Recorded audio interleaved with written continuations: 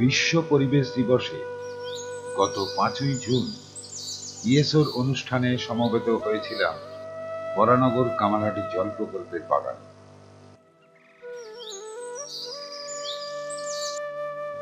ইএসওর পক্ষ থেকে দক্ষিণেশ্বর হাই স্কুলকে ধন্যবাদ জানাই এই অনুষ্ঠানে যোগ দেবার জন্য। অনুষ্ঠানের শুরুতে জল প্রকল্পের সভাপতি শ্রী শুভ্র ঘোষাল ছাত্রদের উদ্দেশ্যে বলেন, মানবতা ভূমির ওপর নির্ভর করে। এখন সারা বিশ্বে বিষাক্ত দূষণ, জলবায়ু বিশৃঙ্খলা এবং জীব বৈচিত্র্যের ধ্বংসের ফলে সুস্থ জমি পরিণত হচ্ছে মরুভূমিতে। তাই ছাত্রদের এগিয়ে আসতে হবে জীব বৈচিত্র্য রক্ষা করতে।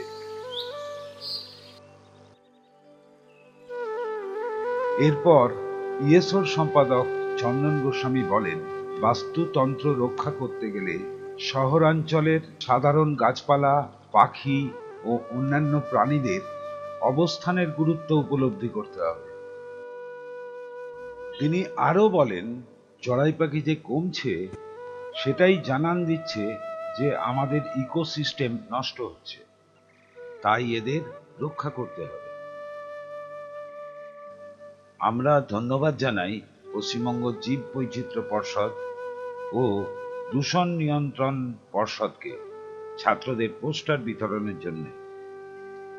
এরপর ছাত্ররা উৎসাহের সঙ্গে দিনটি পালনের জন্য এই অঞ্চলটি পরিষ্কার করতে উদ্যোগী হয়।